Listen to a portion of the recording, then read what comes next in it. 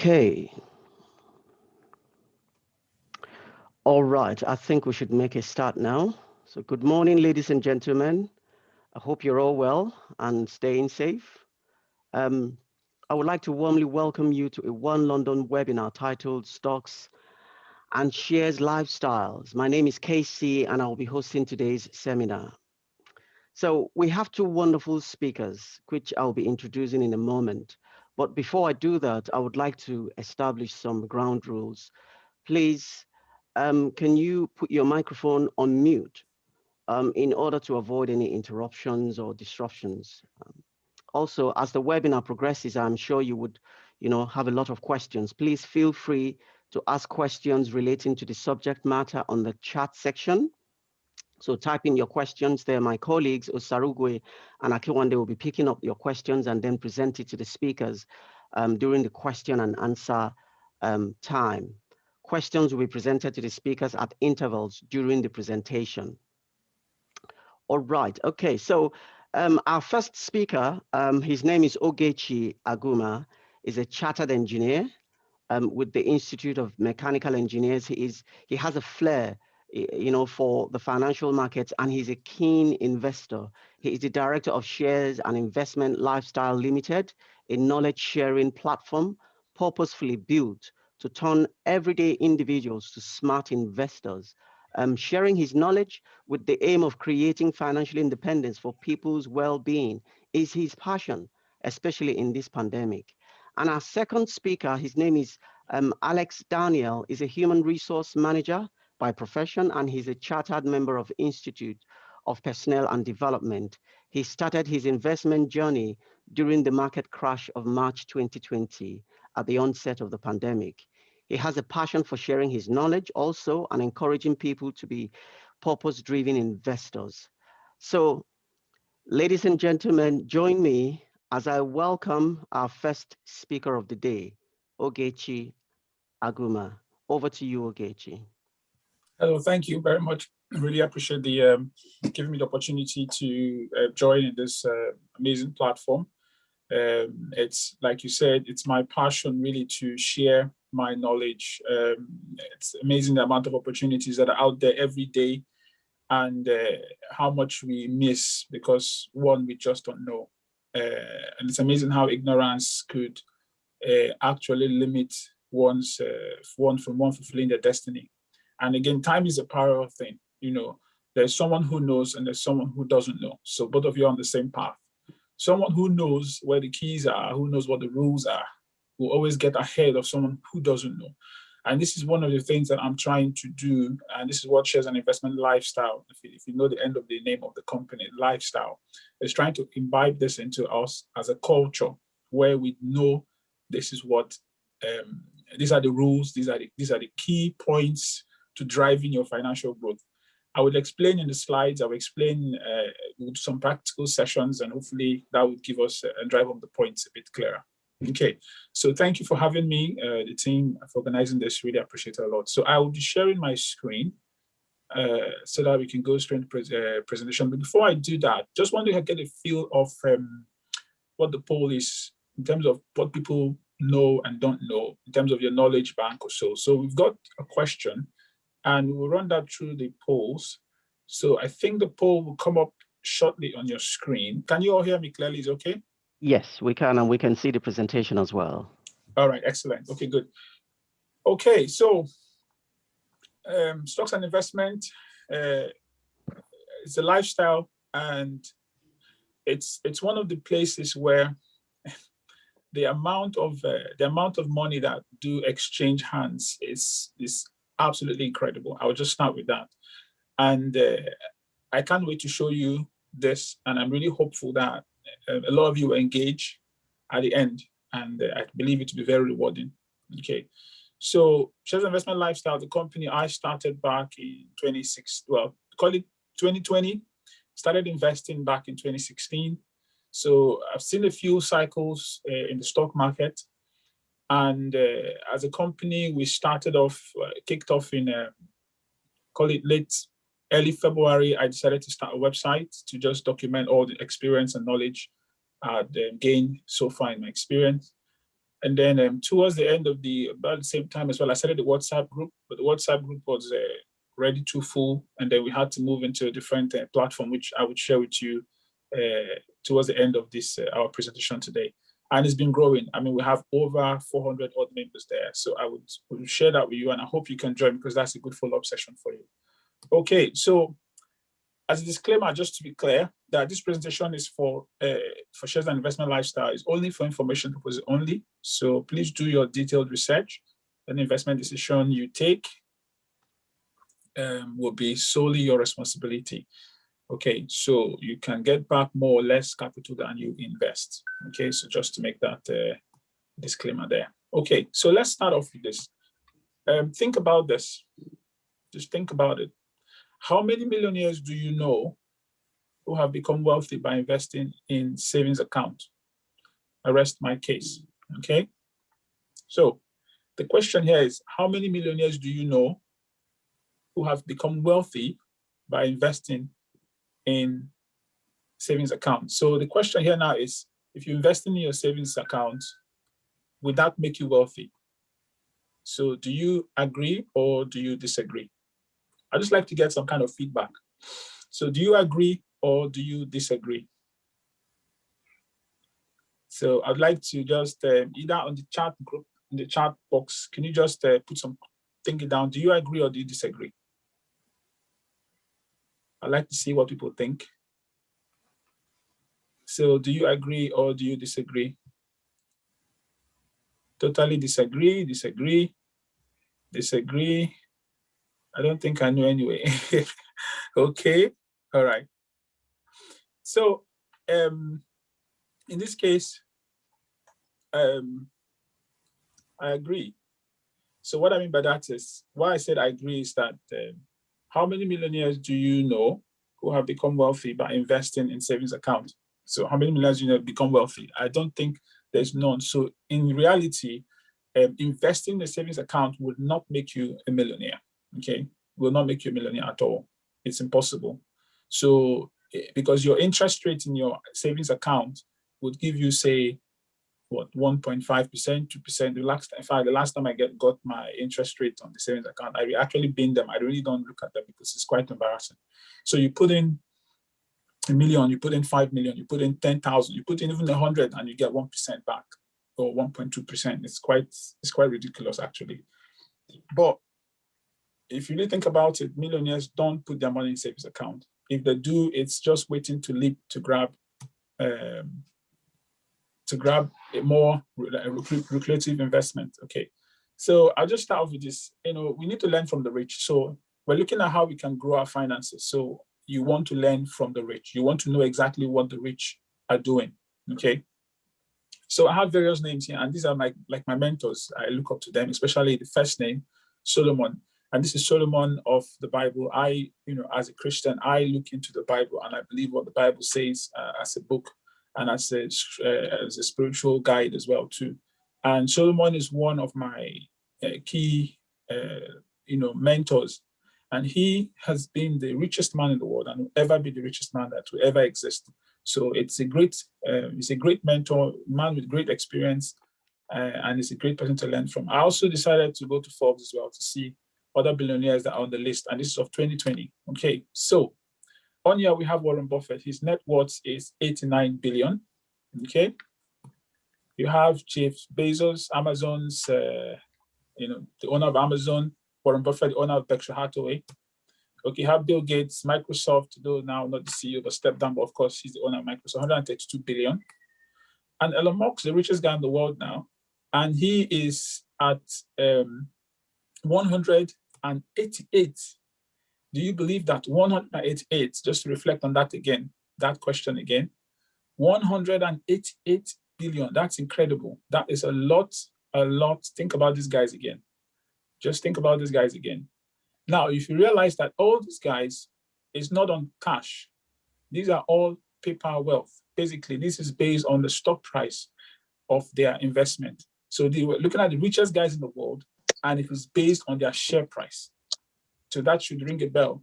It's based on the value of their share price and the stock market, the richest people in the world. Okay. most of them, they have, of course, their net value, property is also part of it as well, but majority of their wealth is based on their stock price. Okay. So Solomon, the richest man, that and his principles. So if we're learning from the rich, what are his guiding principles? And I have Solomon as one of them. And one key one here, I have three. I would, there are so many, but I've just picked up three. It says, do your planning and prepare your fields before building your house. Do your planning and prepare your fields. Do your planning, prepare your fields. Just think about that. Then the second part is, which I really, really emphasize on. He says, know your sheep by name. Carefully attend to your flock. Don't take them for granted. Possessions don't last forever, And then when your crops are in and your harvest is stored in the barns, you can knit sweaters from lamb's wool, sell your goats for profit. Then you have plenty of milk and meat to last your family through the winter. Okay, it says, know your sheep by name. So imagine this guy has millions, thousands of sheep, thousands of heads, but he says, know them by name. So which means you have maybe the sheep or the goats at the back of the house, and he says, oh, you know what, Cynthia is not feeling too well today, or Sophie is down today because she has a leg injury, or you have, so you can imagine how detailed someone who is so rich with so much wealth can say, come down to the detail and say, you should know your sheep by name. Now that should ring a real deep bell in your minds. Know your sheep by name. So some people ask them, what of your investment? I don't know what's going on there. Somebody says, please, can you help me invest in this? And I don't know what it is. I just put my money in it. I'm not too sure, but I just, why did you buy this? I don't know. I just saw people doing it and I did it. No, he says, you know your sheep by name. So you need to be carefully attend to your flocks. Carefully. So if the rich is telling you to be careful, if the rich is telling you to know your sheep by name, if the rich is telling you also to do your planning, and the rich is also saying to you, a little extra sleep, a little more slumber. Sometimes we read, for those of us who are Christians, who believe in the Bible, when you read these proverbs, or you read these proverbs as he coined them into proverbs, his nuggets of his what has made him successful. When he coins them into proverbs, you just read them, most majority read them, at the flip, and you don't, but when the rich, think about who he was. When the rich is saying to you, a little extra sleep, a little more slumber, a little folding of their hands to rest, he says, then poverty will pounce on you like a bandit. Scarcity will attack you like an armed robber. I just tried to tell you to just tune your minds on what we're about to get into. Tune your minds on what we're getting to, okay? All right. So into stock investing, go straight into the point now. Simply means you're just owning pieces of businesses. That is all it is. You're owning pieces of businesses, okay? That is all you're doing. You're owning pieces of businesses. So for instance, you have J&J Enterprises. They go to an investment bank. They request for funds. The bank will say, okay, for us to take your company public, which is taking it to the exchange. So either London Stock Exchange, New York Stock Exchange, or the Hong Kong Stock Exchange, or Germany Stock Exchange, where we'll value your company at $1 million, £1 million, €1 million, whatever the currency is. And that would be divided into X amount of shares. And this would be made to the public. So the investment bank would own a bit of the stock. The owners of the company will own majority shareholding, and then the rest will go to the public for sale. Then people start to buy.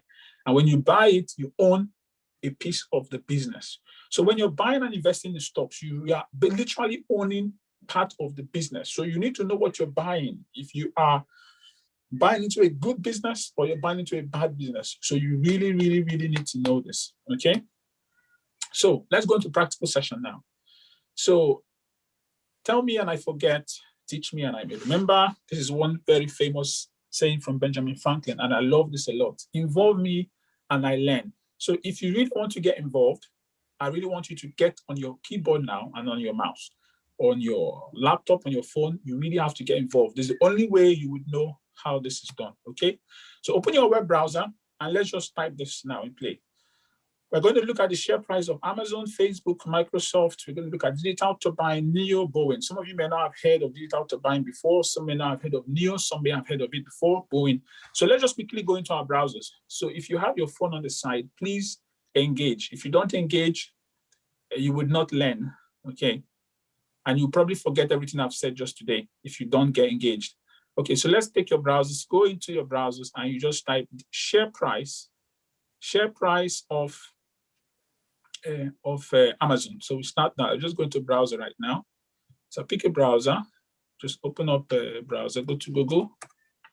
Okay, and then you just type share price of Amazon. Okay, so when you hit that, it will come up with this graph. Okay, so on this graph, you want to now say, you zoom in, let me just zoom in so you can see. Okay, so I'll just go to the 5-year pan. Okay, so Amazon back in 2016 was $758. Back in 2016, $698 on the 24th of June 2016. Guys, today is $3,000. So if you ask yourself the question, where were you in 2016 and did you have, say, a spare $698? Okay, if you had invested it in Amazon, that's what you'll be getting today, roughly 4 or 5x. Okay, now look at that here in 2020. It was $2,000. Just say 2020, 27th of June, 27th of December, sorry, 2019 was 1.8.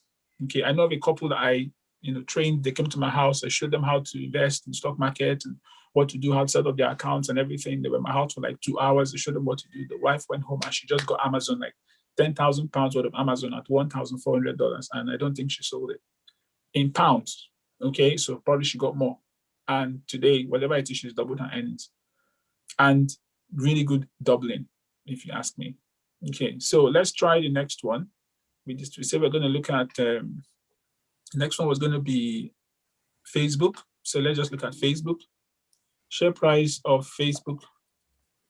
Because of time, I wouldn't really go through them all. So I'll just try and cut down on time. So Facebook, look at the 5 years part of Facebook. So a lot of us have Facebook account. In fact, I think probably everybody here would have Facebook account.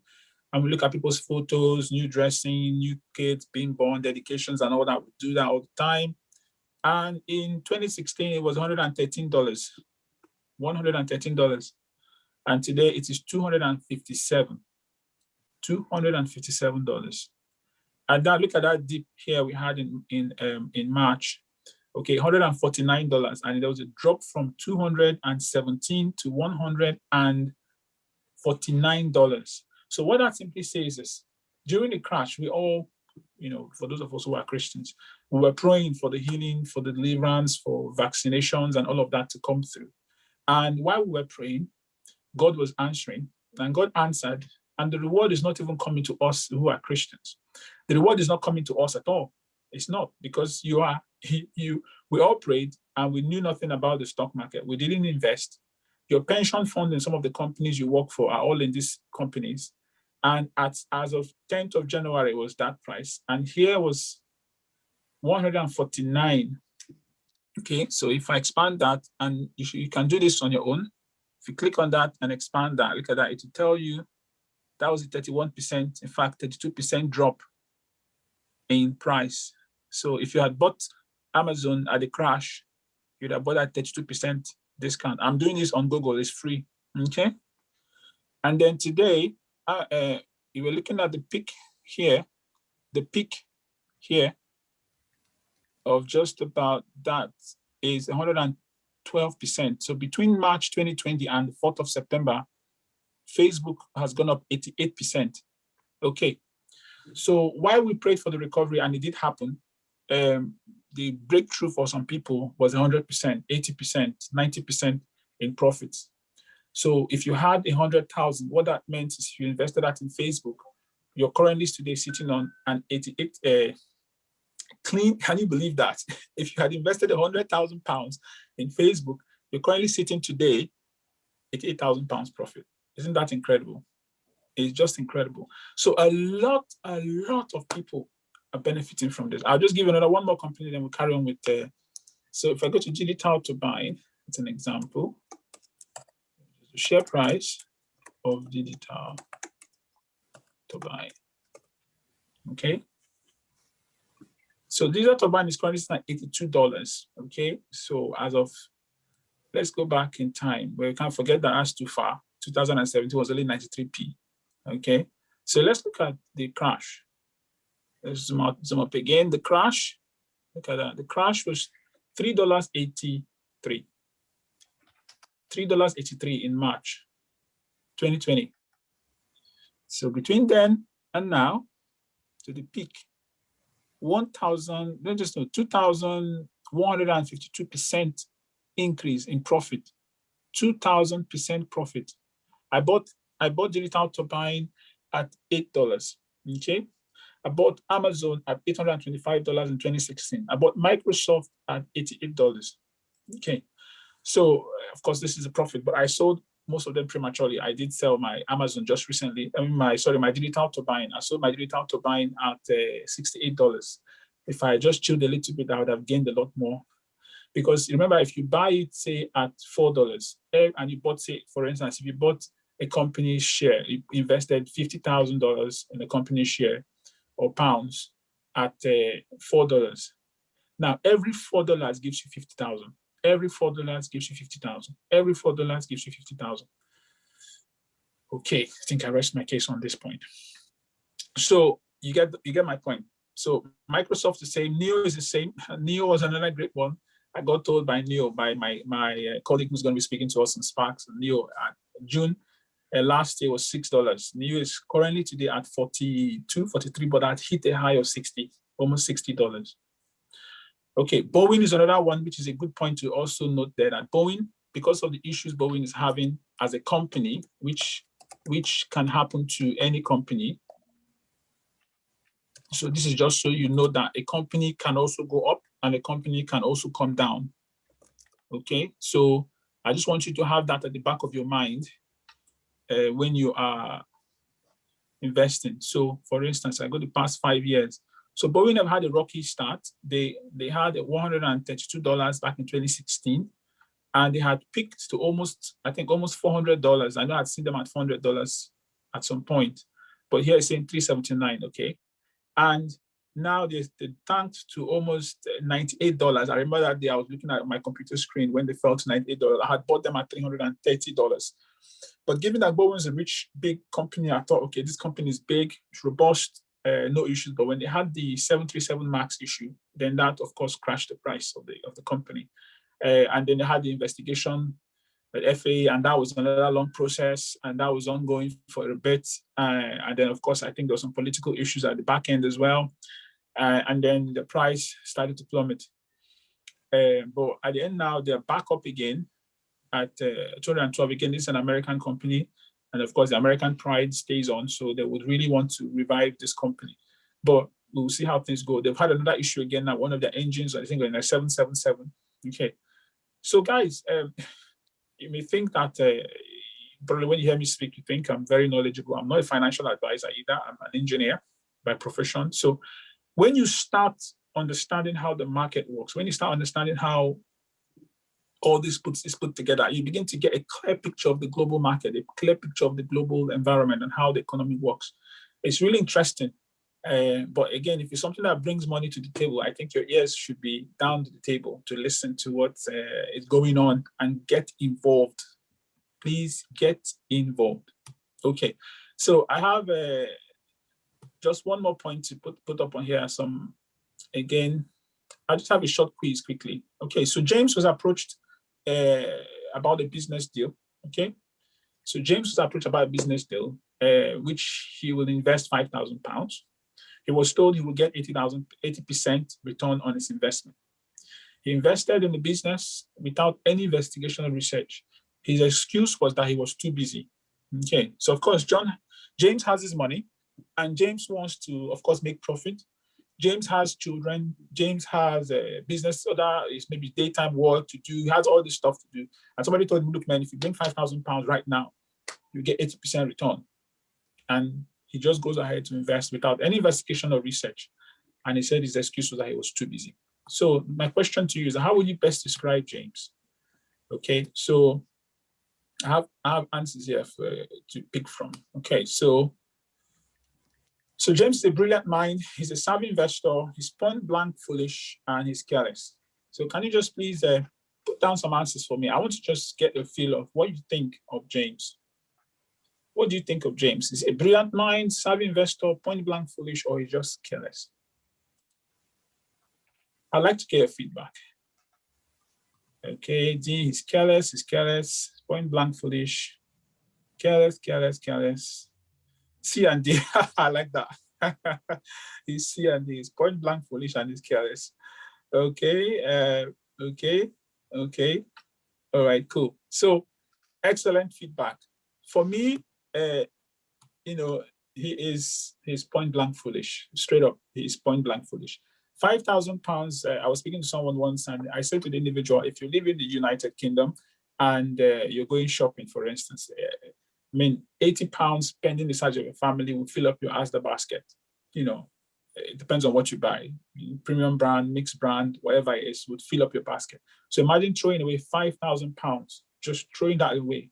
How much that would feed your family per week, per 3 days, 4 days, depending on the size of your family and how you eat. So imagine that cash going away without any investments, any research. Okay, so trust me. I think I didn't say, but you guys put it. I just my own reply as well to basically point blank foolish. Okay, so now I'm going to pick a stock now, and I'm going to research a stock. Okay, so I'm going to show you some of the intricacies of the stock, what to look for, how to find one. Then afterwards, we discuss on how to open an account and buy and all that stuff. So going straight to the point. So let's pick a stock and let's research it. All right. So I'm going to pick. I don't know. Anybody pick a name that any stock you know of. Let's just research the stock, and then I'll decide if it's something I want to buy or not to buy. So can anyone just give me a stock name, and we'll research it together, and I'll show you how we'll do it. Okay. Somebody said Neo. Okay. Neo. All right, cool. All right, let's go with Neo then. Okay, so let's start with Neo. So let's start now, okay? So let's pick a stock. We say let's pick a stock. So what we do is you go to Yahoo, just finance Yahoo. Okay, very easy. I'm just going on the fly now. Somebody just drops the name with me, and I'm trying to think about the name and trying to research stock. So you type in Neo. So you go to finance Yahoo here. You type in Neo. So when you go to finance Yahoo, for you to be able to have access to the full, whole thing of Yahoo, you need to have a Yahoo account. So if you don't have a Yahoo email account, okay, email account, and it's free to get one. So you can open one immediately. So I click on Neo, N-I-O. Now you have on the left here, you have what they call the ticker symbol. So N-I-O is the ticker symbol, as you have Apple. Ticker symbol is AAPL. So these are the short form, abbreviated forms of the name of the companies. Remember, Apple is not the same Apple as APLE. Okay, so you don't assume you know the ticker symbol. You can type in the company name and you see the ticker symbol here. So a lot of groups or child groups, you see a lot of ticker symbols. Okay, they don't really. Most times you don't really type the full name. You just see ticker symbol. So I come in here now and I type Neo, N-I-O. Fortunately, Neo has the ticker symbol as Neo, so which is good. So if I hit that in, so okay, fine. It tells me that the stock price today is that, but there are various tabs here that are relevant to us, very, very key. And one of the key ones you really want to look at, the holder section. Okay, so you want to see the institutional investors that own this stock. Institutional investors are, of course, investors that have billions of pounds and they own quite a volume of any particular company at all of interest to them. So Bailey & Guilford is one of the really big, solid investor. Huge company. You can also type Bailey & Guilford as well to research who Bailey & Guilford are. So you can research these companies as well, these investors, and find out how much they have in their assets in terms of their portfolio, how much they manage. So you can see straight away that Bailey & Guilford has 107 million shares of Neo. BlackRock, the asset value, the more they manage about 1.8 or 1 point something trillion dollars. That is what they're managing under assets for them. And the BlackRock owns 61 million. Vanguard Group, another huge institutional investor, they own 39 million shares of Neo. Okay. And I told you I bought Neo at $6. They probably bought Neo when Neo was maybe $3, $4. So you can imagine the amount these guys have, and their value is 5 billion, 2 billion, 1 billion. Okay, now we talk about the richest people in the world. You really think that they have it in property, which is great. Property is a great investment to have. Do you really think it's in stocks? It is in stocks. Okay, I'll just give you one example quickly. I'm also watching my time here. Coca-Cola, just as an example. Okay, it's Coca-Cola, a ticker symbol for Coca-Cola. Just want to show you very quickly, just another example, holder session. Okay, Warren Buffett, the owner of Berkshire Hathaway, one of the richest guys in the world, has 400 million shares of Coca-Cola worth 21 billion. BlackRock again Vanguard again, you can see JP Morgan, you can see these names, you can see Morgan Stanley and how much they have. There's nothing less than $1 billion here. Okay, just to give you an idea of that. So, okay, fine, I've checked in NEO now. So I see that the holders are, so institutional investors are interested in the stock. It makes sense. You can also scroll down. These, what I'm doing right now are what we call sentiments in the sense, some fundamentals / sentiments about the stock. Look at the rating here as well. You want to check and see, okay, is it a strong buy based on people's rating, analyst rating here, or is this a buy or sell? Okay, you can see here is the staying between the buy and the hold. You also want to check the analyst price target. So the price target for this company, they say on the high is $99, medium is 55, and the low is 7. Okay, but again, NEO has already hit $60 past this average price, and it's from 17 analysts. Okay, then there are loads of talks about NEO, what they do, and all of that. Then you can read about their profile here as well, the company, what they do. So you can read about NEO. NEO is limited design, manufactures and sells electric vehicles, blah, blah, blah. So you can read about the company here very quickly. Excuse me. And then you can get a feel of it. Then you also want to have a look at their financials, okay?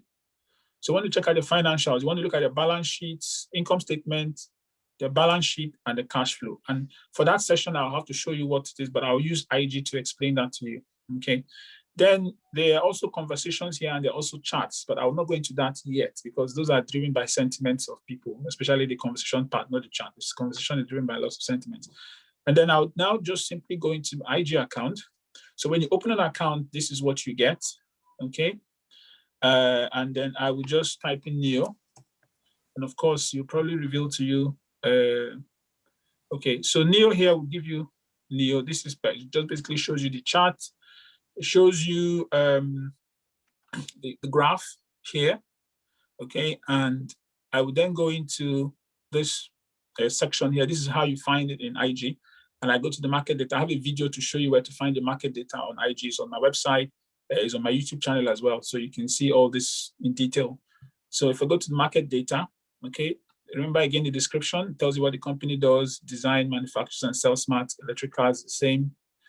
If you scroll down again, you have what people are doing at the time. These are all based on sentiments. So for IG, 53% sold today, this week, and the month. Well, today being on Friday, the market is closed over the weekend. It also gives you the rating of brokers. But for me, those are all secondary for now. The primary thing is you want to look at their fundamentals and their financials. Those are the key points as well. So I will then look at the fundamentals to say, okay, so their market cap.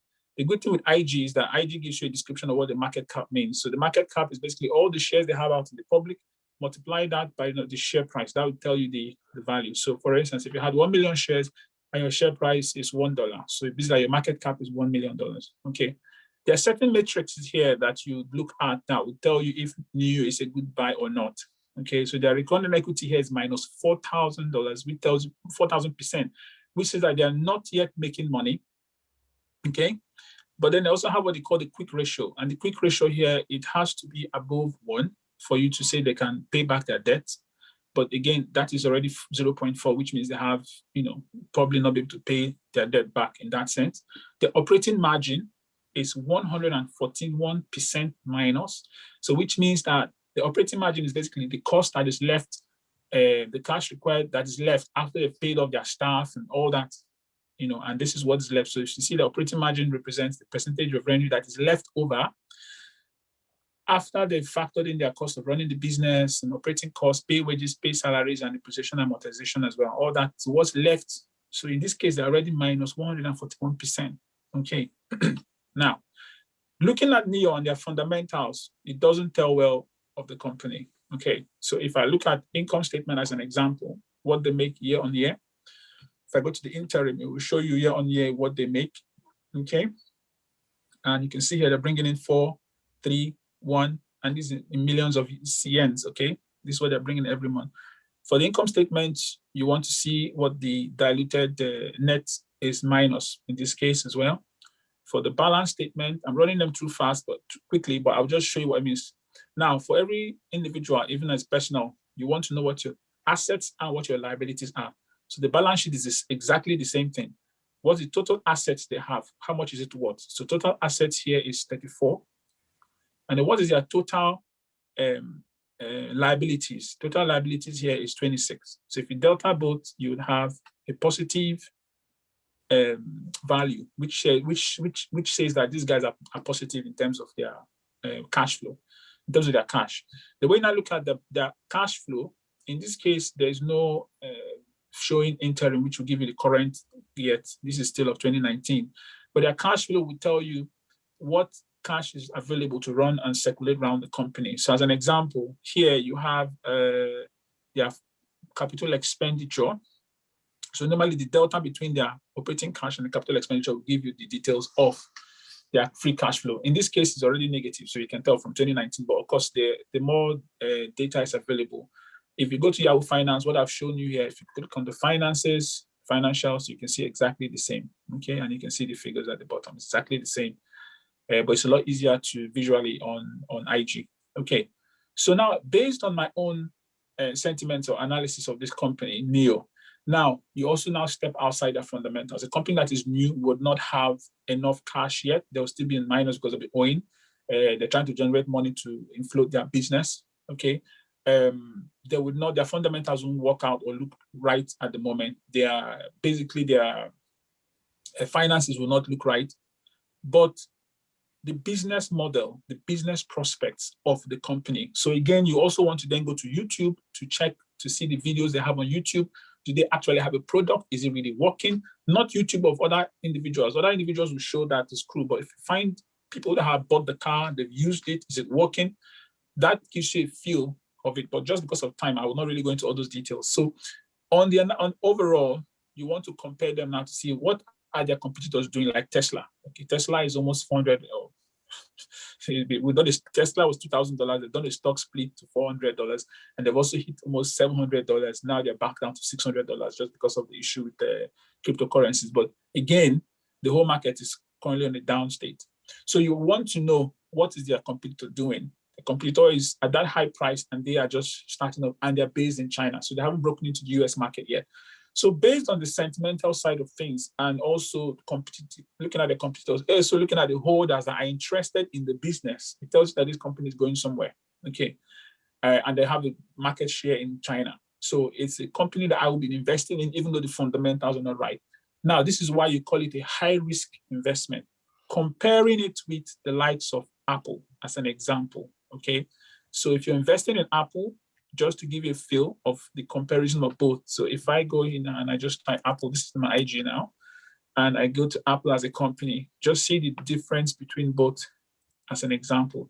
If I go to the fundamentals, okay, see the buy rating for this, for Apple. Currently, Apple is sitting at $122. You can see everything here is all clean, no reds. The market cap is about $2 trillion.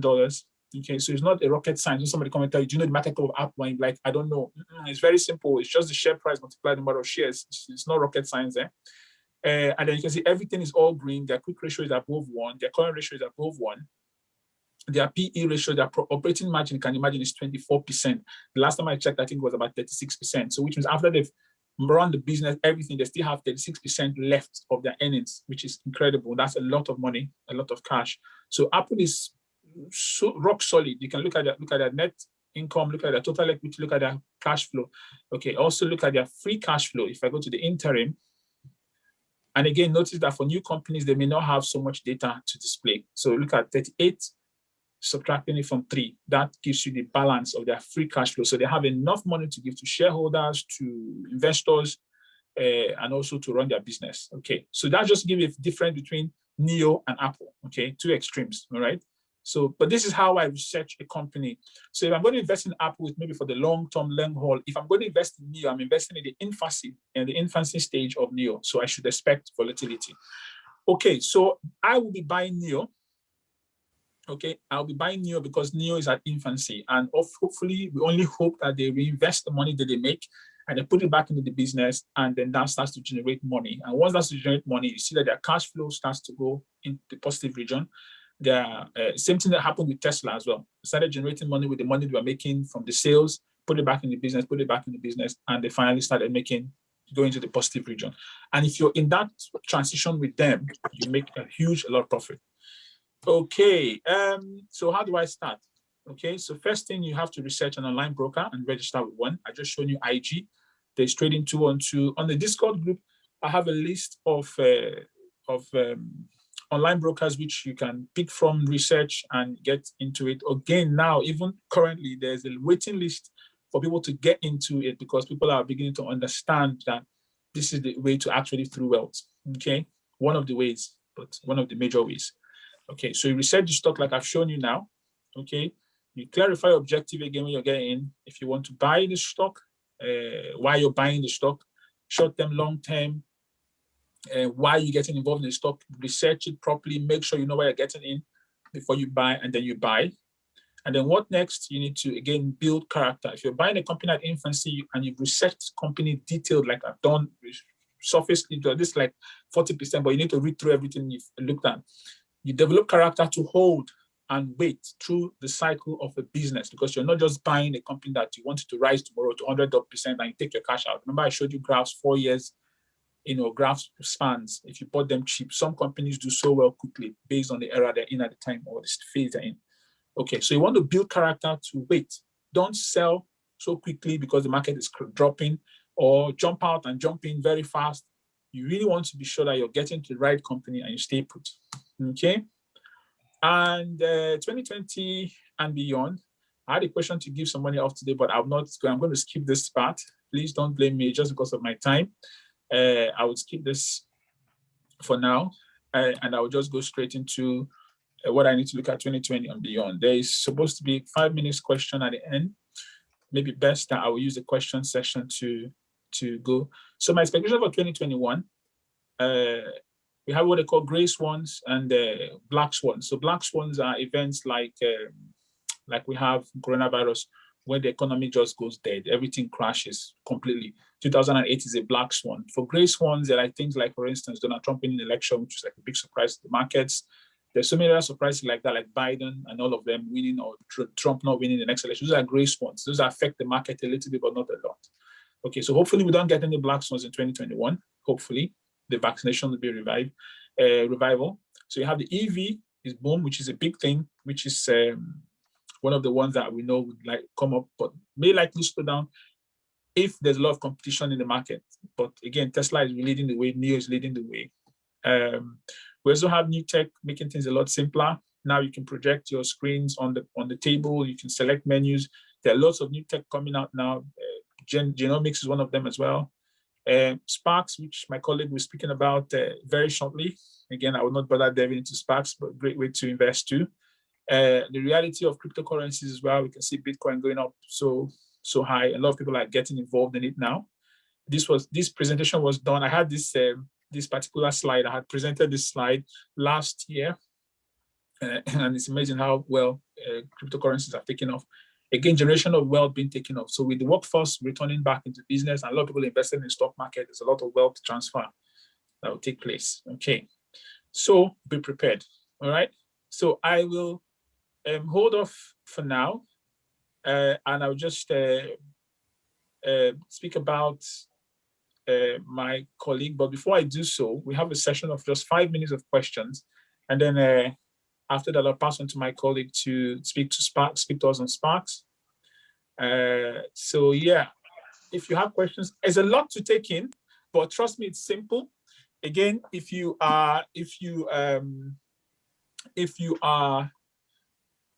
can drive to work, it's more complex, trust me, than investing in the stock market. Just one example, which I mentioned before I take the questions, is to buy. When you register with the platform, is as simple as clicking the buy button here. You choose the number of stocks you want. Say you want to buy 50 shares of Apple today, or let's go to NIO as an example, just to show you how easy it is. Once you open the platform, you've done your research, and as you can see, everything I've done in research front is free. You click on buy. You choose the number of shares you want to buy. Let's say 60 shares of NIO. You click on that arrow, it tells you the price in terms of today. It tells you you're going to buy, they're going to charge you $14, and the total cost is £2,000 to own 60 shares of NIO. Okay, so that's it. And imagine if I bought NIO when it was $6 and I invested, see, it cost only £269 if I bought it early at $6. £269 to buy 6. So it puts things into perspective. If I had bought 2,000 shares of NEO, I would have invested only £8,000 when it was $6. Now it's $46. It will cost me $66,000 to buy same 2,000 shares of NEO. Okay, so I rest my case. If you start early, you get it early. If you wait, well, your cost only goes up. Okay, I rest the case on that point. So I would just like to take questions now. Anybody with questions, and then my time fast spent. Okay. No problem. I can just read out the questions. Thank you very much. That was really fast. I'm sure we can all agree to that. I know. It was really fast. Ogechi was running through the presentation quickly because of time. So I would encourage everyone, please put your questions in the chat. Feel free to put your questions in the chat.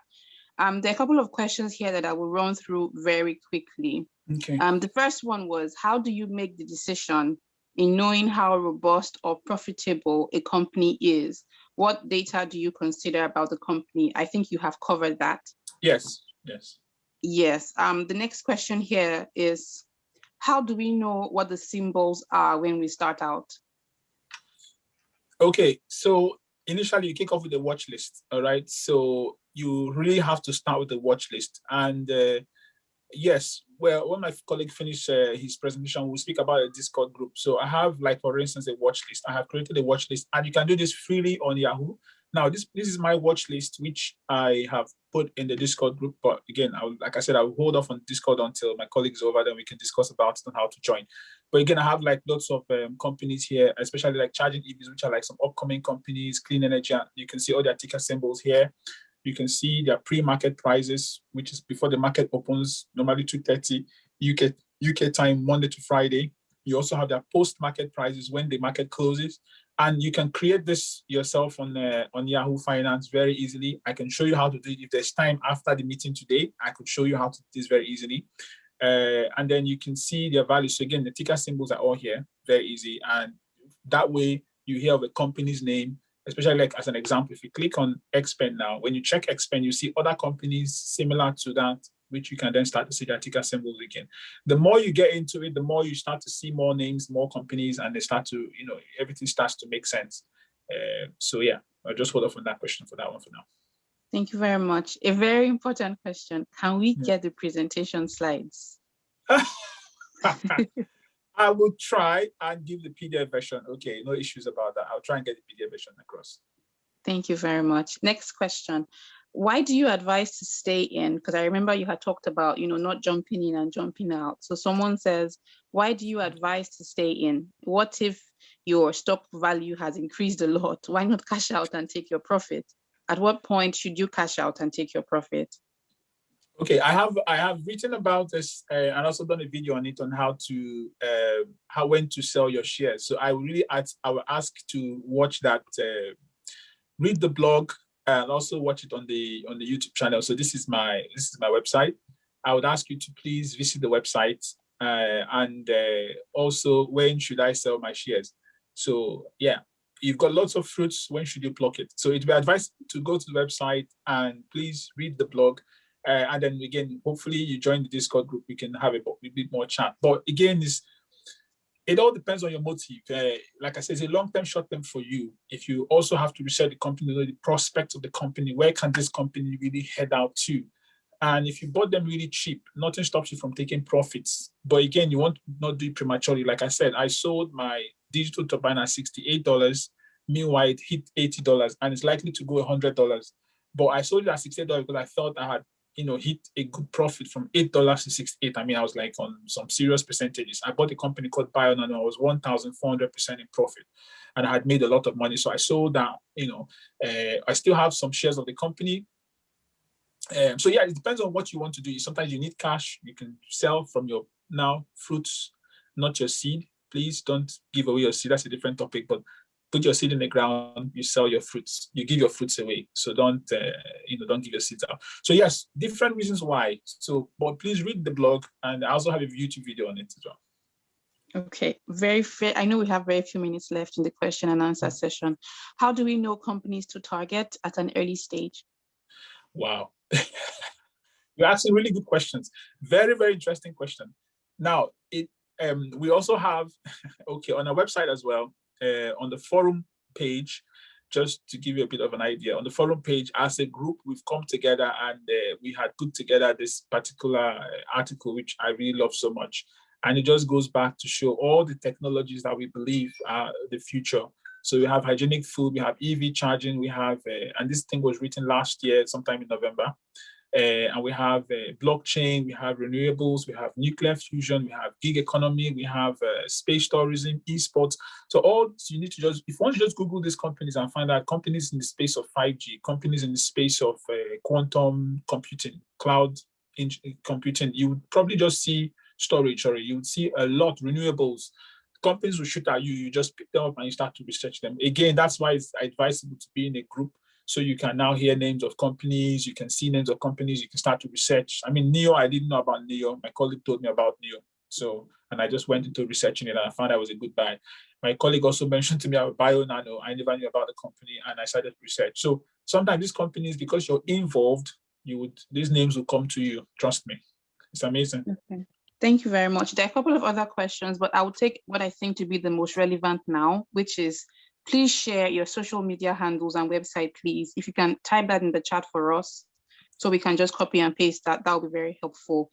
The other questions, not to worry, we will take that at the end of the session so that we can proceed and give Alex enough time for his own presentation. But in the meantime, Ogechi, please share your social media handles and websites in the chat. Thank you very much. All right, we'll do that now. Okay, so I would like to, at this point, pass the mic on to, or should I say, the webinar, the platform to my colleague, Alex. I met Alex just last year.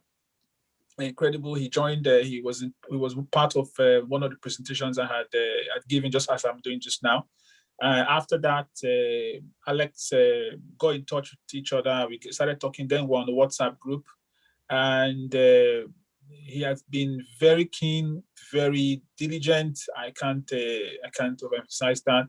Very detailed, and has introduced a lot of names to the group that we've all invested in and have really gotten great profits from it. And he also introduced us into Sparks, which is special purpose acquisition companies. He's going to be speaking about that. And I profited greatly from it. The company I bought, Longview, was a SPAC I invested in, which was backed up by Bill Gates. And today the company is doing excellently well. I bought them at $13. Currently they are sitting on 20. They hit 26, down 21, 22 because of what's going on in the markets right now. And the company has lots of prospects. So Alex has been a great partner indeed. And I'm very pleased that he's with me on this forum. He set this up as well. So thank you, Alex. So Alex will be speaking to us on Sparks. So please do pay attention. And he has a lot to tell us. Okay, Alex, over to you. Thank you, Gechi, for that presentation. Thank you. Let me see if I can share my screen. I need to stop sharing, isn't it? I need to stop sharing. Yeah. Okay, that's good. Hello, good afternoon all. Good afternoon. So I'm just gonna go straight into my presentation and share my screen.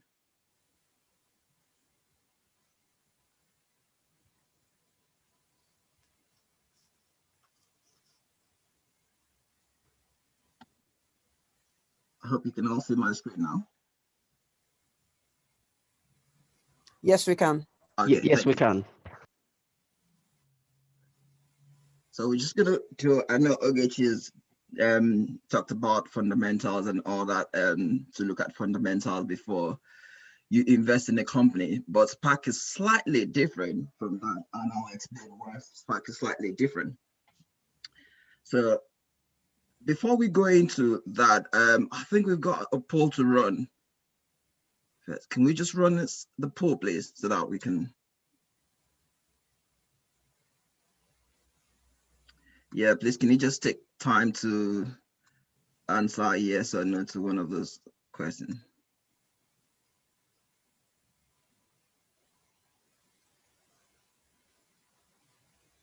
Okay.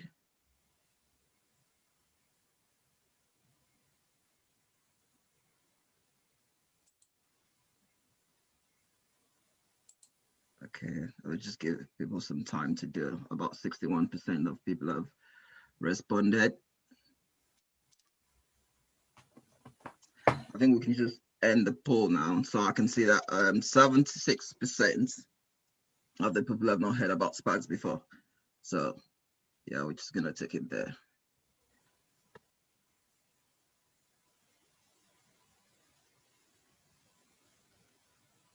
So SPACs are publicly traded companies with no commercial operations. So SPACs, the main purpose of being on the stock exchange is to acquire a private company and take them public, or businesses like Ogechi. So all the companies you've seen that Ogechi use an example, they are currently traded on a stock exchange. So it can be either London Stock Exchange, New York Stock Exchange, Hong Kong Stock Exchange, any of the stock exchanges in the world.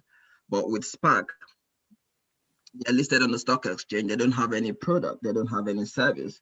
So basically their purpose to be on there is to look for a good private company and acquire that private company and take them through IPO process through merger rather than an IPO. The ones that Ogechi has talked about, they went through public by IPO. IPO just means initial public offering.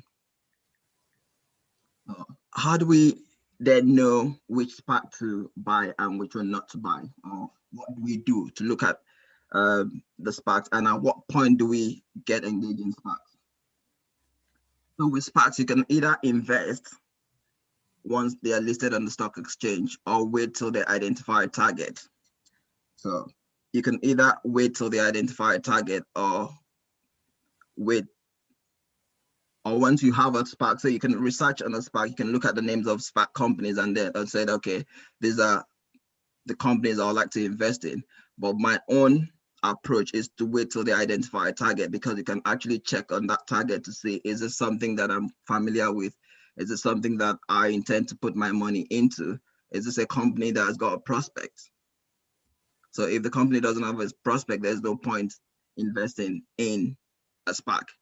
But there are advantages and disadvantages on either of the approaches. So if you decide to wait till they identify a target, there's a potential of the price either hitting about 50% from their base price of $10. So sometimes you can get in there early at $10 and wait that they identify a good target. But the advantage or disadvantage of that is that once they identify a target, they can actually hit 100% or sometimes 50% once that announcement is made. So how does SPACs work? So a SPAC is a shell company that raises capital through an IPO from investors. So would list on a stock exchange, they'll submit a document to Security and Exchange Commission and saying, I want to register as a SPAC. There is no, which is different from the traditional IPO. So they put their money there and then invite investors to come and invest with the purpose of them getting a private company and taking them public. The advantage of this is that you're arriving at the party early. So you have the opportunity to invest in a good company at a very early stage. So like I mentioned before, the share price of a SPAC starts at $10. Imagine that a company like Tesla now went through SPAC and you had the opportunity to invest into Tesla when it was $10. That, I mean, there's another company now that is going public, but as soon as, well, that is like Tesla, but as soon as that announcement was made, that stock jumped 60%, which is Lucid. It jumped 60%, but some people bought into that SPAC at $10. So they've already made money on that. IPO proceeds. So the money raised through a SPAC is placed in a trust, which means that for whatever reason, if they don't acquire a company to take public, you can get your money back. But depending on at what point did you buy this company, did you buy it at when it was $10, or did you buy it when it was $15, or did you buy it at $20? So you are only protected at $10. So anything above $10, you will not be able to get the money back if they're not able to get a company and take the company public. So that's a slight protection that you've got as an investor to say if the company is not taken public through SPAC, you can get your $10 base price back. But if you bought it at $15, that means you're risking about $5. So like I mentioned before, at IPO stage, a SPAC has no revenue, no asset, and no operating history. So Ogechi was looking at operating cost, revenue, asset. With a SPAC, you don't have all that to look at. So it's just a blank company. You don't have all that to look at. So this is more like high risk, high return investment.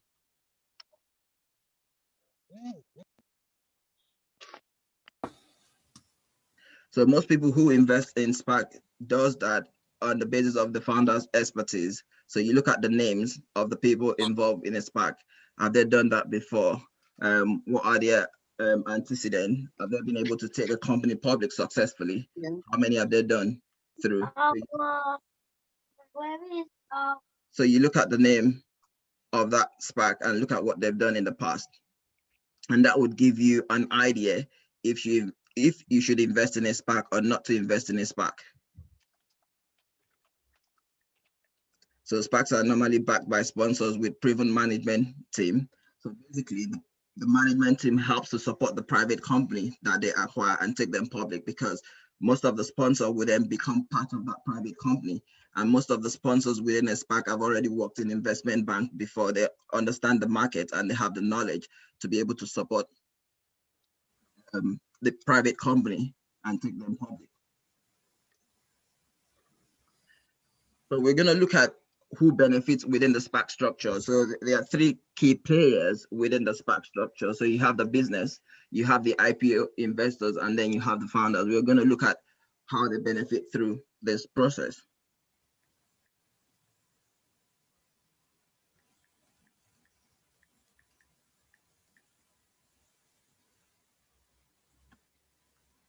So you've got the target business and its owners.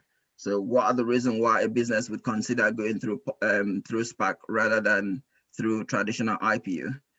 First of all, this SPAC company give them access to get to the public. They also provide funds for them to scale up their businesses or growth.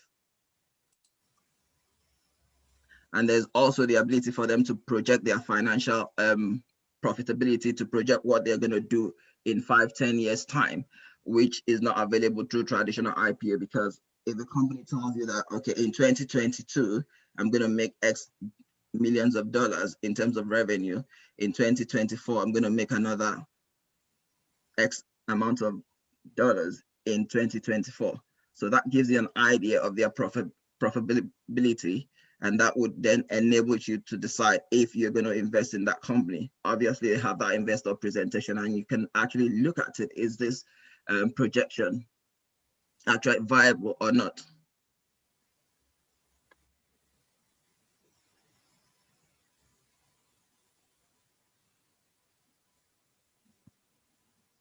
Sorry, my slides appears not to be working again.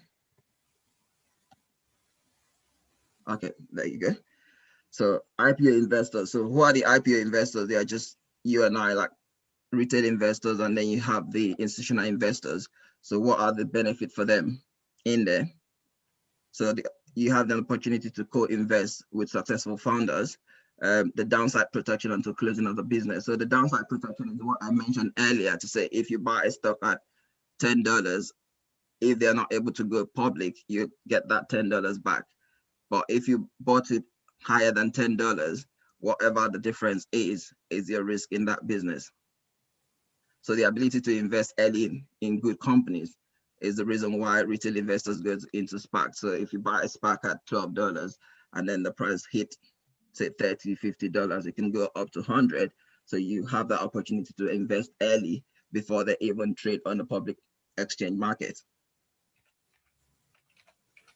And then the SPAC founders, you have the ability. So in SPAC for the founders is that they get 20% of the private company once they go public. And that's an attraction for the SPAC founders to get that amount of shares within the new company. So potentially very attractive upside. So if the share price increases, as the share price is increasing, the founders are making money from that. And if they have a good track record, then they'll become a serial SPACs. So they have to keep on bringing other companies to the public.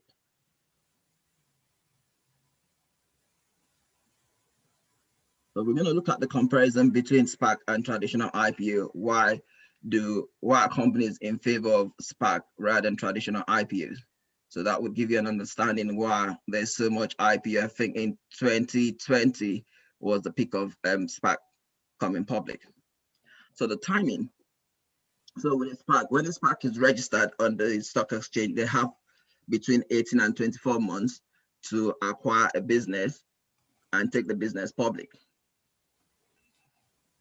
But the traditional IPO, it's actually driven by market condition. It could be favorable, it might not be favorable. Like most of the business that wanted to go public during the pandemic couldn't go public because they couldn't do roadshows and other things that needed to be done through the traditional IPO process couldn't be done during the pandemic. So you had a lot of companies coming through SPACs.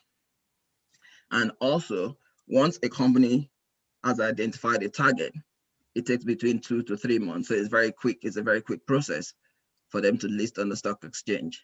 So most companies are in favor of going through SPACs rather than traditional IPO. And then the process. With the traditional IPO, you have to submit your full document. You have to submit your risk, your finances to the Security and Exchange for review. But within SPAC, you don't have to do that because the SPAC company is not trading. They don't have any risk. There's nothing for the Security and Exchange to review. So most people favor going through SPACs because it's quicker and less interruption to the company and to the management. Some people could see that as a risk to say, oh, these companies that come in public are not properly vetted, but you can see from what they've done or some of the processes that they've put in place to make sure that any company that comes through SPAC are actually genuine companies. The pricing.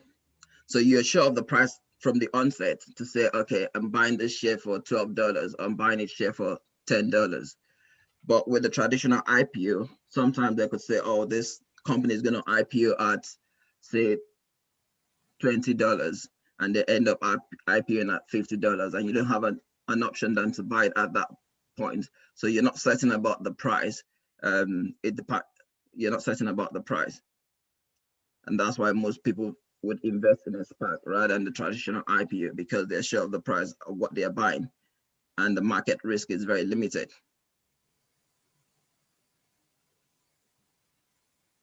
So marketing, there's not much marketing to be done. But with traditional IPO, you have to do road shows, you have to do pre-trading shows and all that kind of thing. So it costs a lot of money, and you have to pay the underwriters, which could cost about between 7 to 20% of the value of the company. So, and that's one of the reasons why people still prefer SPAC rather than the traditional IPO. And then the cost of the underwriters as well.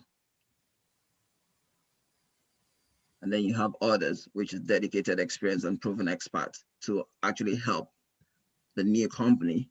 But in terms of the traditional IPO, you don't have that. You're just left on your own to do that. So those companies that go through traditional IPO don't have the support and the backing. It would just have to be within the organization that they get that support for. But with SPACs, they have that expertise from the SPAC company.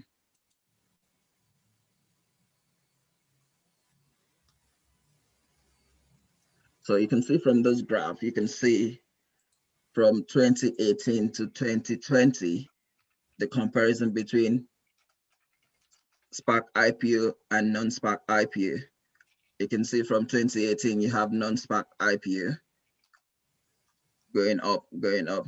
But in Q1, Q2, and Q3 of 2020, the SPAC IPO actually overtook the non-SPAC IPO, which means that a lot of people have not realized the fact that, okay, I think it's quicker for me to go through SPACs. I can get the finance to grow my business. I can get finance from the SPAC business to scale up my business. So a lot of people are actually going through SPAC now. And then in Q4 of 2020 as well, the SPAC actually went up. So all the SPAC that we're looking at, they're actually based in New York Stock Exchange. So they're all in New York Stock Exchange. I know there are talks and all that things happening to sort of bring this to London Stock Exchange, but all this data reflects in the New York Stock Exchange. So from 2020, Q3 2020, you have a lot of companies going through SPACs than the traditional IPO. How much importance can be attached to investment sentiment? So you can see this. So I've just included this. I've included this article. So the London should be center of SPAC revolution by ex-London Stock Exchange chief. And this was just February 24th, 2021, a few days ago. So a lot of people are pushing to start having SPAC company in the UK because they've seen the importance of companies going through SPACs.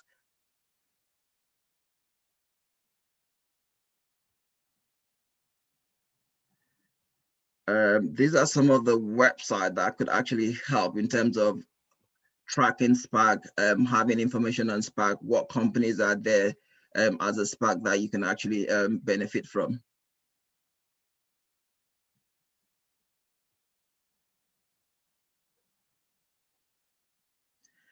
And if time permits, we might actually look at a few companies that went through SPACs and where they are right now in terms of their pricing.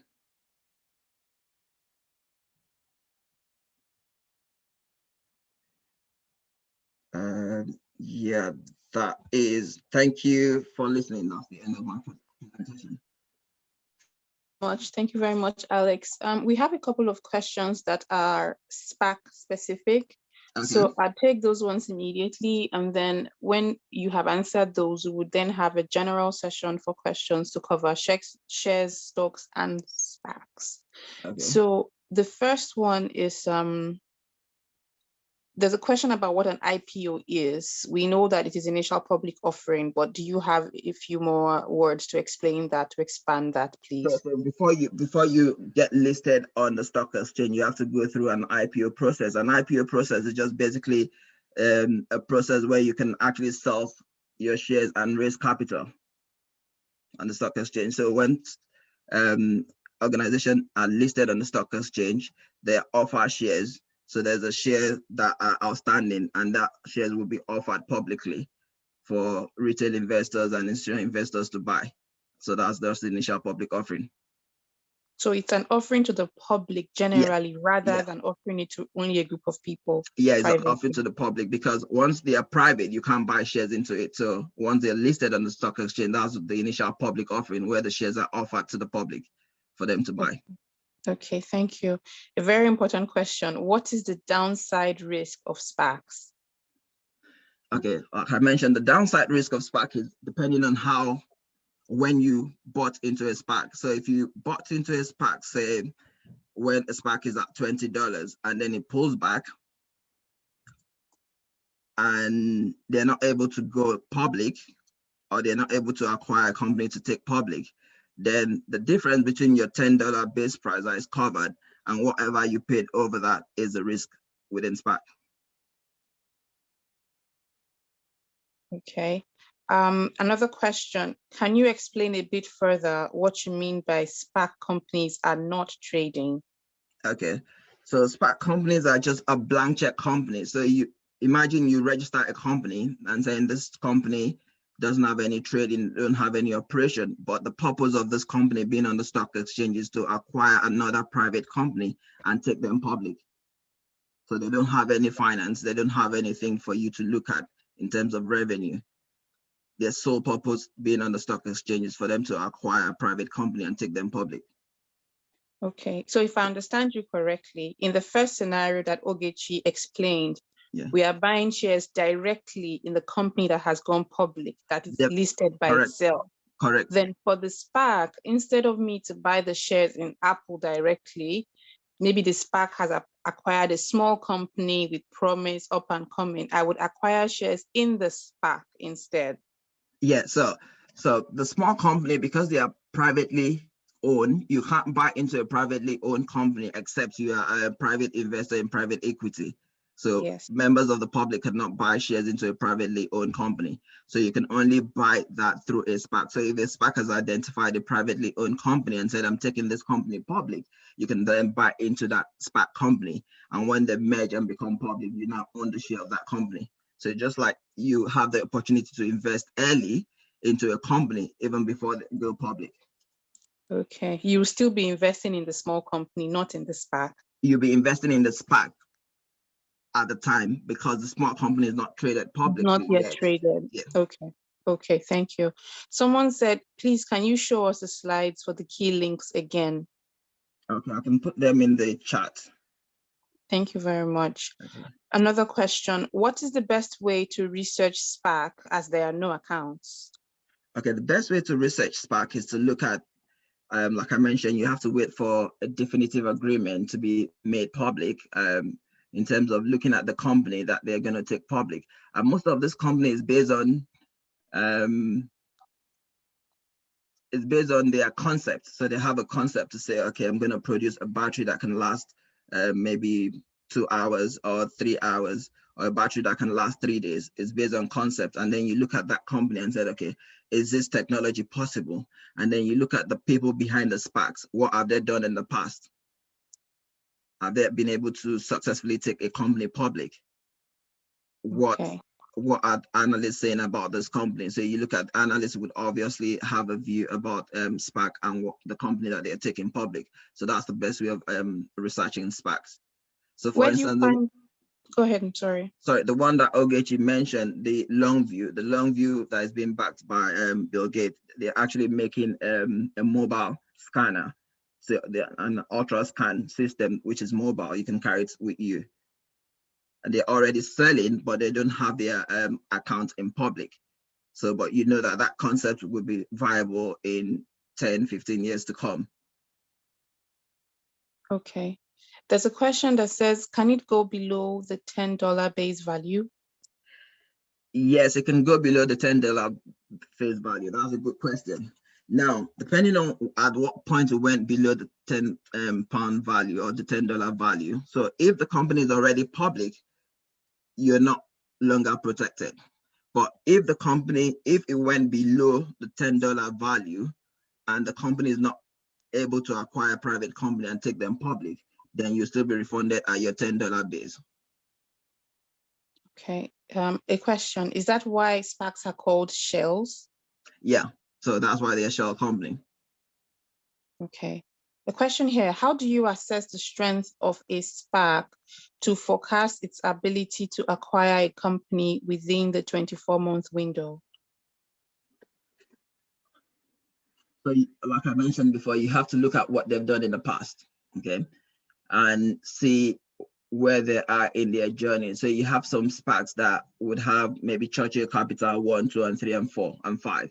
So you can see their track record that they've been able to achieve this key time scale.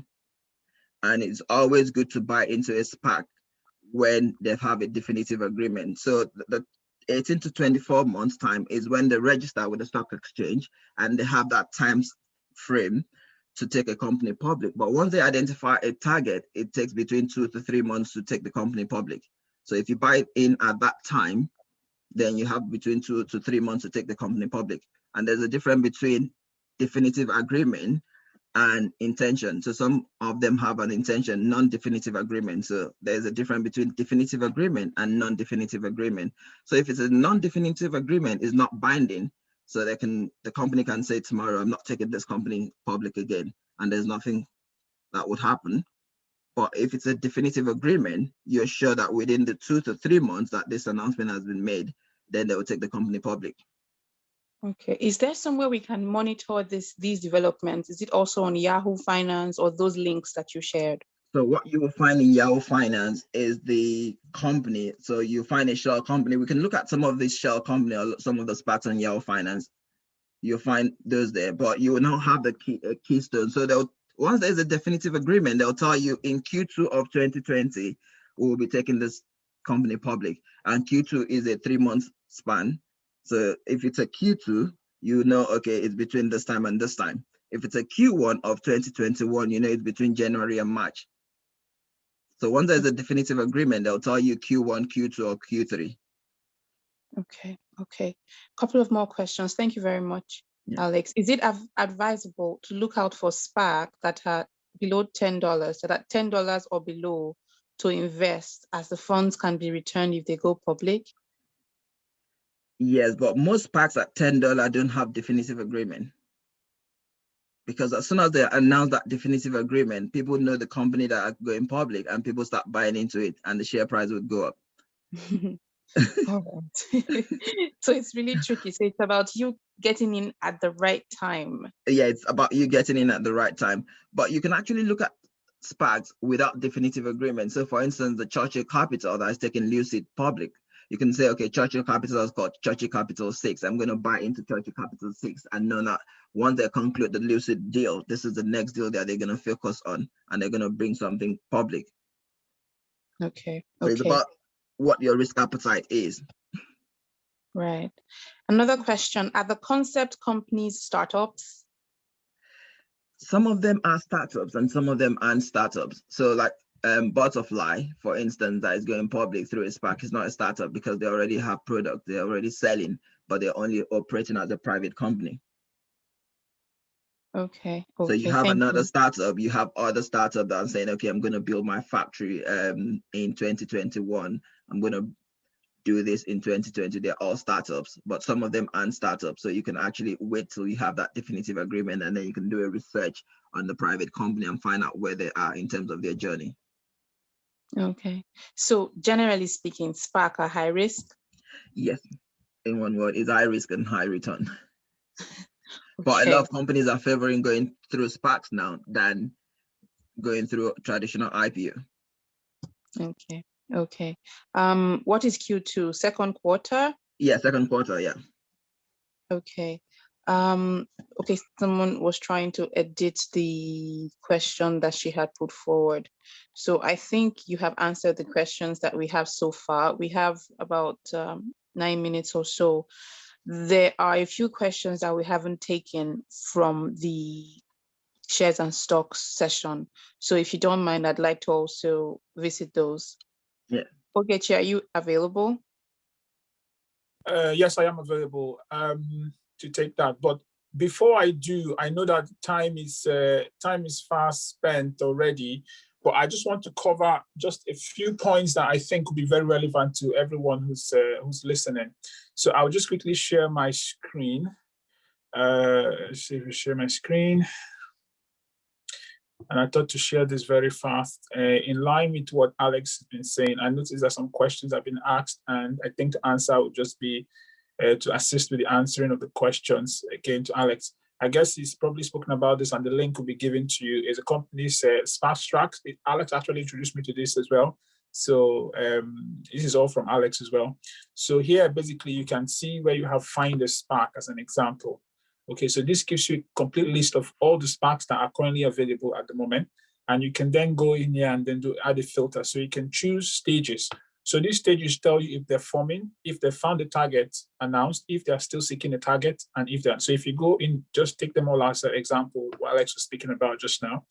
This is just my own technique on how I do it. Alex has another way, or probably does something even much better than this. But I'm having seeking targets as an example. So these companies here are all seeking targets at the moment. I can also decide to add another filter in terms of the focus area as an example. They're in the agriculture, alternative energy, automotive as an example, so on and so forth. But I want to look at the whole spectrum. So I'm looking at all the companies. Now I'm looking for me. I usually look at companies that are at least above 200 million in initial value, okay?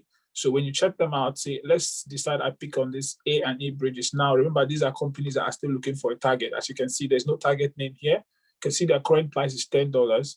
And if you come down, you can see what it is they're looking for in terms of their area: education, commerce, healthcare, business. If it's your forte, then you can go ahead and invest in the SPAC today. Then you can check IG, you can check Yahoo, and then find out if they actually are on if they're actually trading. So for instance, I go to how I have a watch list of SPACs that I'm looking at the moment. So I go to my portfolio and I check SPACs as an example. So these are the SPACs I'm looking at today. This SPAC just recently came out. It's a company working on processing of protein protein sequencing, which is another big one again coming up, and it's a SPAC. Okay, so it's called Kappa. You can go back into Spark Tracks and have a look at the company and all of that. Here I can see who's been doing well and who hasn't been doing well. That's just by filtering that. I could show you how to do this, but it depends if we have time and if we have keen people to know how to create that watch list. But Spark Tracks is the best place to, one of the places to look at. Alex probably give you more links to show you how to look for Sparks. And then you can filter, find, and here they will give you, excuse me, they will give you activities. So if they found a target to be announced, you will see a one show up here to tell you what next has happened or so. So if I decide to just clear that filter now and then go back into, so I can just show you, and it can show you the filings, which is very important to look at.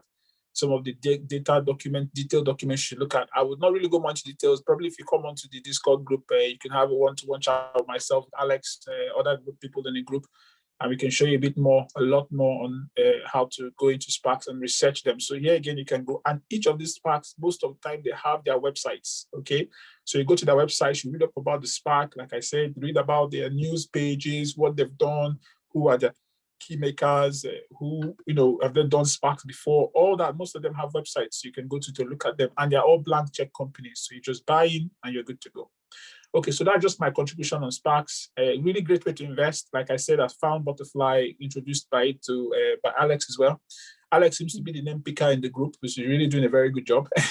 So he told me about Longview, and I invested in Longview, and like I said, at $13, and they hit $26.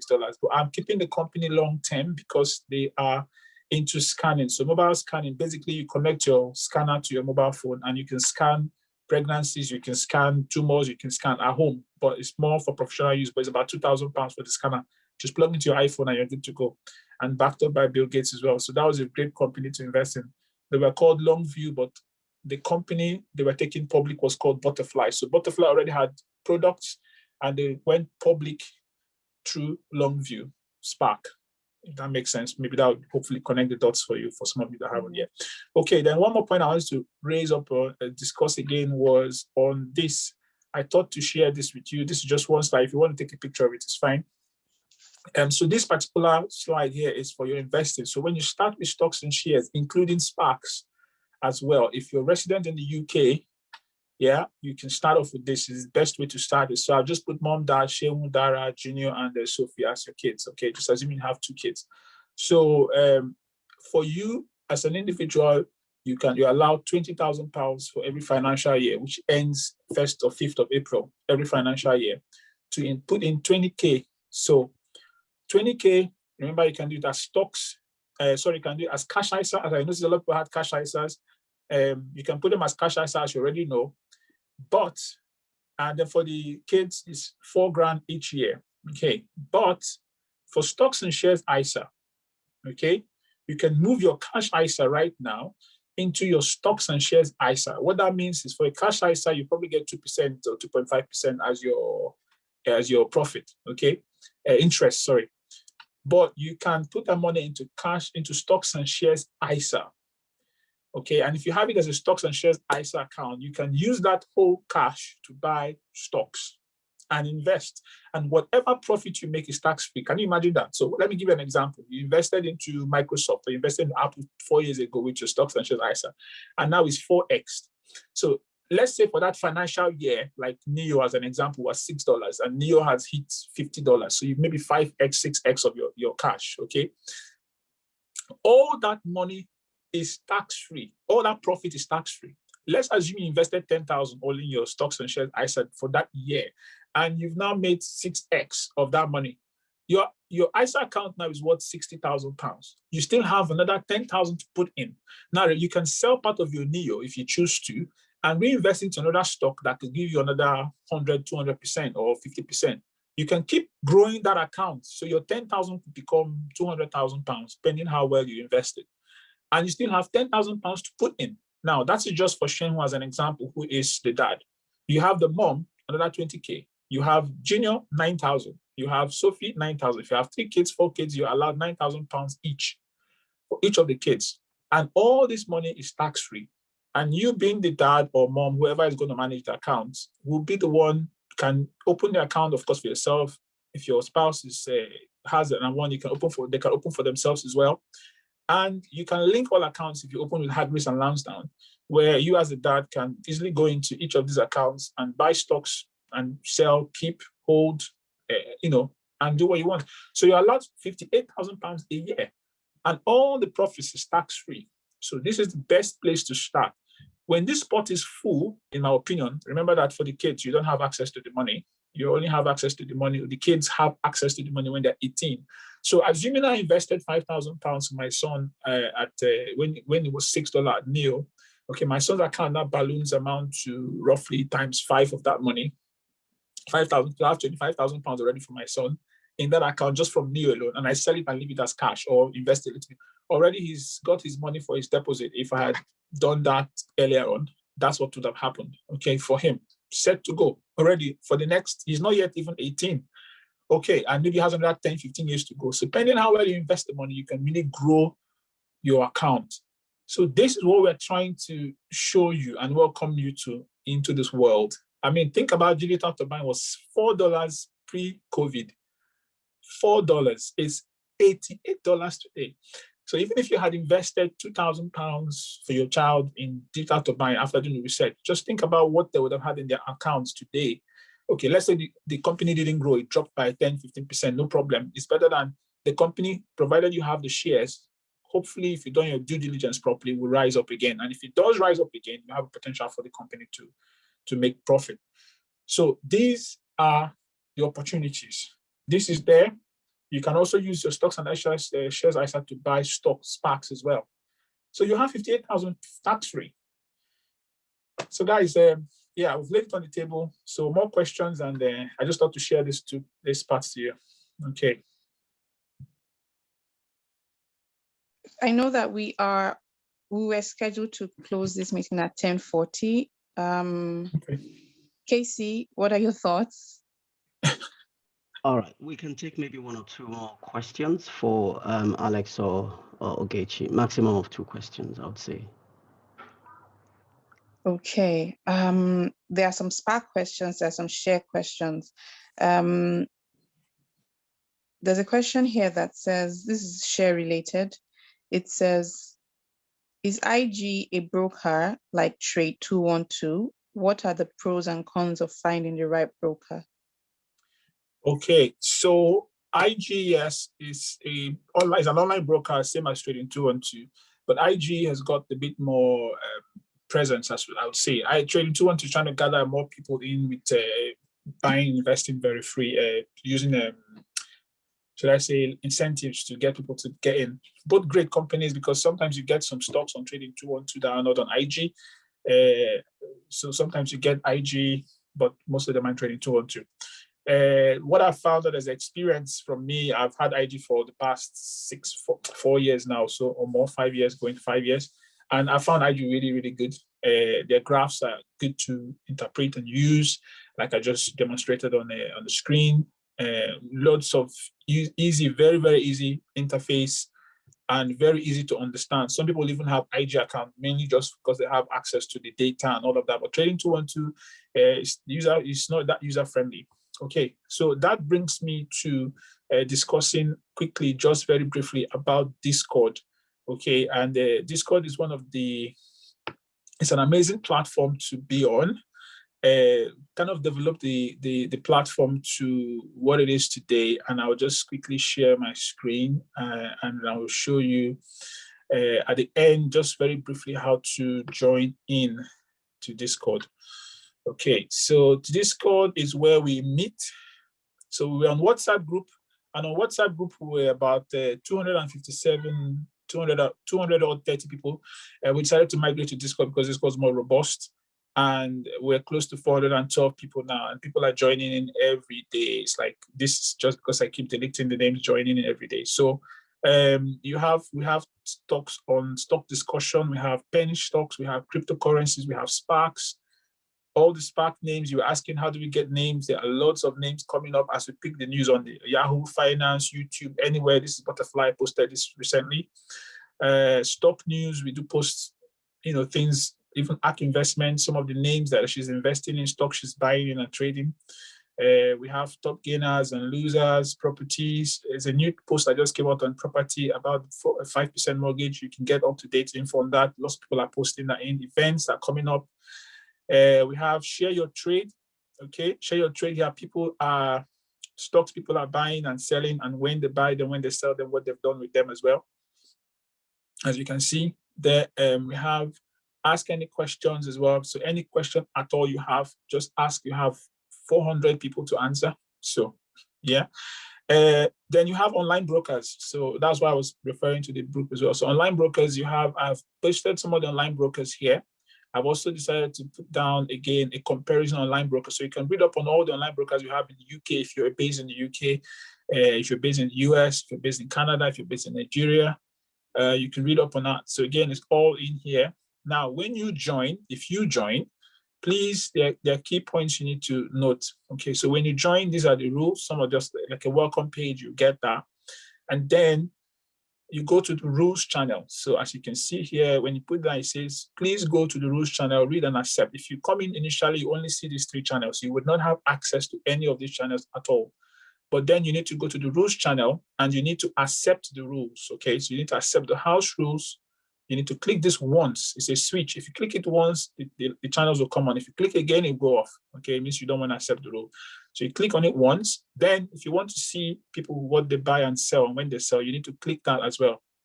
Okay, to accept the rules. And then that way you'll see all the channels at your disposal. But you must make sure you click this too. If not, you will have no access at all. Just to make that clear. Then if you want to invite a friend, it's very simple. Just copy paste this into their WhatsApp group, or if you hold it down for a bit, you can copy paste. If you're using your app, if you're using your desktop as well, same. Now, to gain access to this is the rule. That's the same principle here. So you need to download the Wix app. You need to use this code, and you can then log into the Shares and Investment Lifestyle, and then the link to Discord will be waiting for you on the other end. Okay, so I'll just quickly show you what that looks like, just so you know. I know that people are asking. I don't want to just take this quickly. So now we're on the home page for the Wix as well. So if I go to the mobile space, So on here, you will see the link to join Discord. So once you download the Wix app, this will show you. It will come up with this screen. Sign up as usual. Then you will get this access to the Discord group. Once you click on that, you're in the Discord group. Okay, but I advise you to please read the blogs, like I said, with the forum pages, so on and so forth. Okay. All right, so that's it on Wix. How to get into, that's how to get onto Discord. Maybe I will copy this and copy that, and I'll paste that in the chat. So if you're interested in joining, that's where you find myself and Alex 200% of the time when the market's open. Okay, so let me just go into the chat. Zoom again. Sorry, what is Zoom? Okay, thank you very much, Ogechi. I was actually just going to say you should please invite us by sharing the link. Yes. There are a couple of more questions, but I'll take just one because I can see that this is a very valuable resource. So any other questions you have, I think it would make sense to actually join the Discord group so that you can take things forward. Yes. The last question to you, Alex, please. What's your risk management strategy with SPACs? I think it's individual decision, but I'll share how I deal with SPACs. So once I invest in SPACs, depending on where it is, so if I invest in SPAC and it's gone 70% or it's gone 100%, what I tend to do is take my 70% off the table and then probably reinvest it into another stocks rather than keeping the money on the table. And the reason I'm doing that now is because there was a time, and that was my first SPAC, and the SPAC has gone about 130%. That was Hyliion. And I was like, okay, I'll wait for this to go public. And it all went to negative. So I was like, okay, it's 100%, it's going to go up again. It's 80%, it's going to go up again. It's 50%, it's going to go up again. I didn't do anything to it, just waiting for it to go back up. But rather than Hyliion going up, it was going downwards. So that's how I manage the risk with SPACs. So I make sure that any investment that I have in SPAC, when it gets to a certain percentage, I take like 70% off the table, or at least take my initial investment off the table and then let the other to roll through.